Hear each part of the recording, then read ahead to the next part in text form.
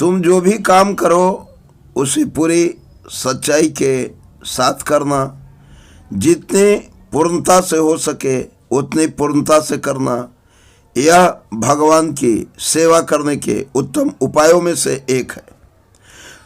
दूसरा, जो कुछ करो, जिन तरीकों का प्रयोग करो, और चाहे तुमने उनमें बहुत कौशल और शक्ति प्राप्त की हो, फिर भी परिणाम भगवान के हाथों में सौंप दो।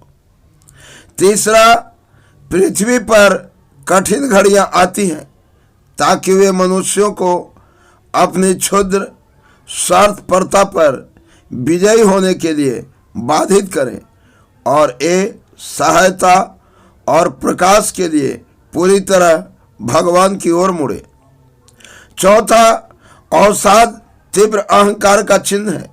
जब तुम पाओ कि यह तुम्हारे पास आ रहा है, अपने आप से कहो, मुझे अहम की बीमारी लग गई है, मुझे अपनी चिकित्सा करनी होगी। पांचवा, तुम्हें हंसना चाहिए, हमेशा हंसना चाहिए। भगवान हंसते हैं।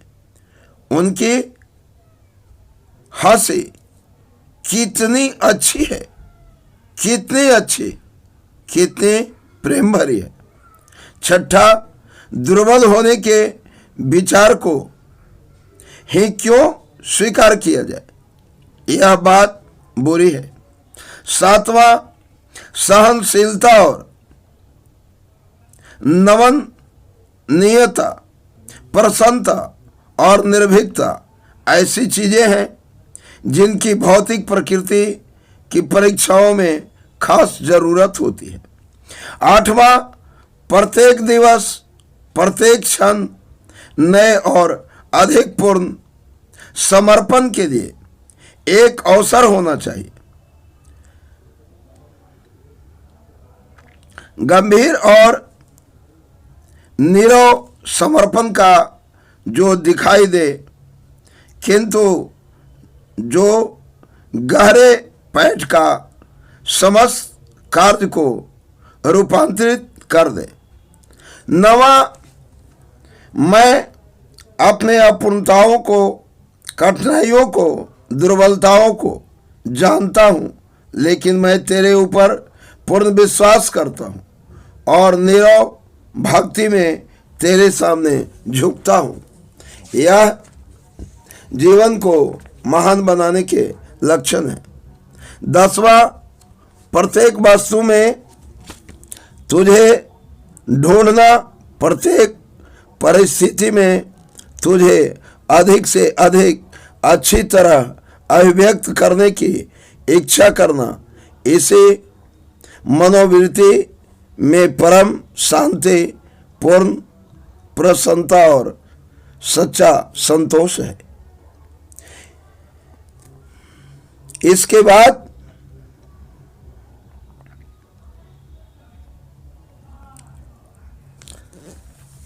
अब इन सारी बातों को अपने मन में अच्छी तरह से ग्रहण करो।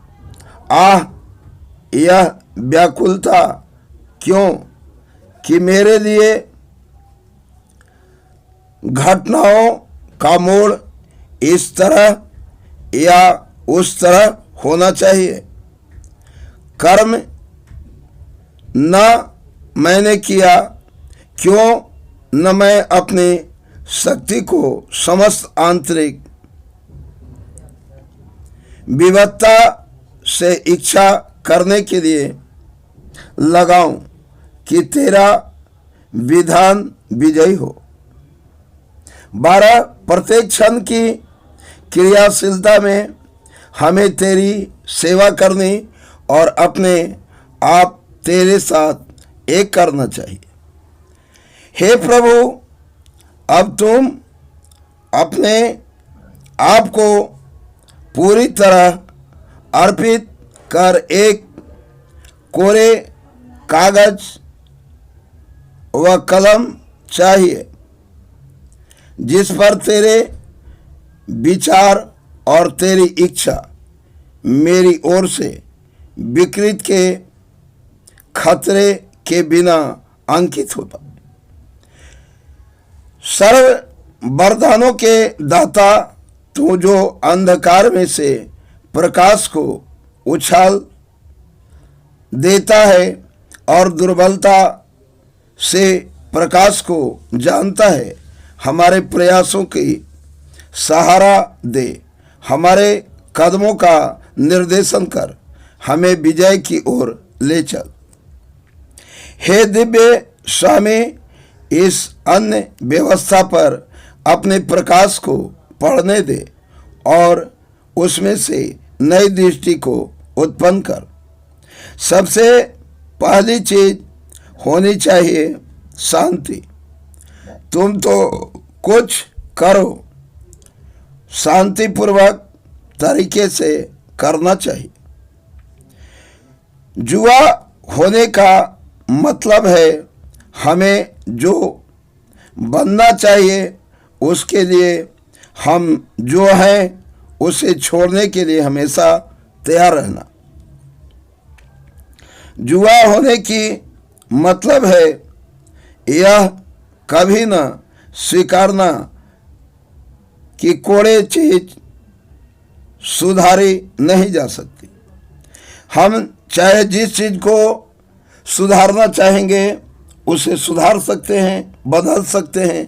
अपनी तीव्र इच्छा शक्ति होनी चाहिए। मैं तेरे अंदर तुझको लाता हूँ और स्वयं को एक बालक के विश्वास के साथ तुझ में लीन होकर तुझसे उस आवश्यक प्रेरणा और शांति की प्रतीक्षा करता हूँ, ताकि अपने अंदर और अपने चारों ओर को भूले ठीक कर सकूं।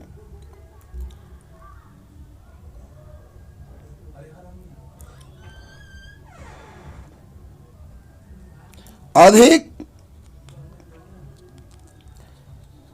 चाहे कोई भी कार्य हो, हम उस कार्य के लिए परेशान ना हो।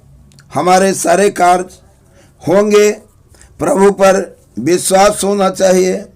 यह हमेशा याद रखें कि भागवत शक्ति मौजूद है, कि तुमने उसका अनुभव किया है। और यद्यपि चाहे तुम्हें यह लगे कि तुम कुछ समय के लिए चेतना खो रहे हो, चाहे यह तुम्हें कोई दूर की चीज लगे, फिर भी यह मौजूद है और उसका विजयी होना निश्चित है। जिन्हें शक्ति ने छू दिया है और अपनी शरण में ले लिया है, ये उसी समय से भगवान के बन जाते हैं। तुम्हारे हृदय में, प्राण में शांति बनी रहे।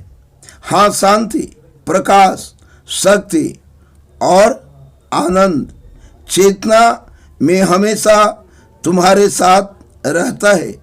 यह चेतना सदा तुम्हारे साथ रहकर तुम्हें मेरा भाव भीना प्रेम प्रदान करती है। विजय सदा ही सुनिश्चित है। कठिनाई हो भी तब भी विजय में शंका मत करो। यह महर्षियों की वाणी है। श्री अरविंद जी भी कहा करते थे कि हे मनुष्य, तुम सदा अपने विजय की कामना करो। मेरे बच्चों, यह उदासी क्यों? नहीं, सब कुछ उदासी और निराशा से भरा नहीं है। न वृक्ष, न आकाश, न समुद्र, सब कुछ भागवत उपस्थिति से परिपूर्ण है और तुम्हारे साथ बातचीत करने को उत्सुक है। इस बच्चों के से उदास भाव को छोड़कर अपने हृदय काश्व के सूर्योदय को देखो। वास्तव में भगवान वही है जिसकी अभिप्सा तुम गहराई से करते हो। भगवान वही पूर्णता है जिस सिद्ध करने के लिए हमें अभिप्सा करनी चाहिए। हम आवेश तथा असहिष्णुता से जो कुछ करते हैं वह भगवान की प्रेरणा होती है, नहीं तो कोई भी कार्य पूर्ण नहीं हो सकता है।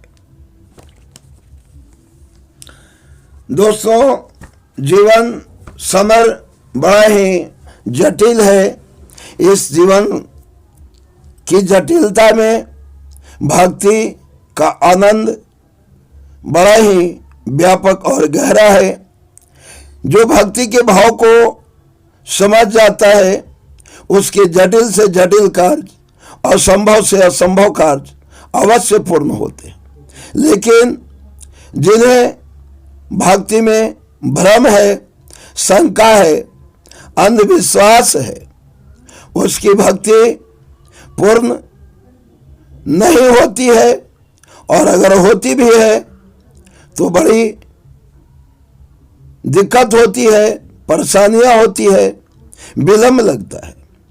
आस्था और विश्वास जब हम प्रभु पर पूर्ण रूप से समर्पित हो जाते हैं तो हमारे सारे जटिल कार्य आसान हो जाते हैं और असंभव कार्य भी संभव बनने लगते हैं। दोस्तों, अगर मैं आप लोगों को सच्चे ज्ञान की ओर ले जा रहा हूँ, मेरे ज्ञान से जगत का कल्याण होने वाला है, तो आप इस वीडियो को लाइक और सब्सक्राइब ही नहीं करेंगे बल्कि अन्य लोगों को भी ऐसे वीडियो को दिखाना चाहिए, बताना चाहिए, ताकि आपके कल्याण के साथ साथ समस्त मानव जाति का कल्याण हो सके। किसी को किसी प्रकार का कोई कष्ट ना हो। हमारा जीवन मानव जीवन के ही नहीं, समस्त जीवों की रक्षा के लिए हुआ है, समस्त जीवों को आनंदित करने के लिए हुआ है। हम भगवान के द्वारा इस धरती पर इसलिए भेजे गए हैं ताकि भगवान ने हमें जो शक्ति दी है, भगवान ने हमें जो भक्ति दी है, उससे संसार का कल्याण हो सके। जय हिंद दोस्तों।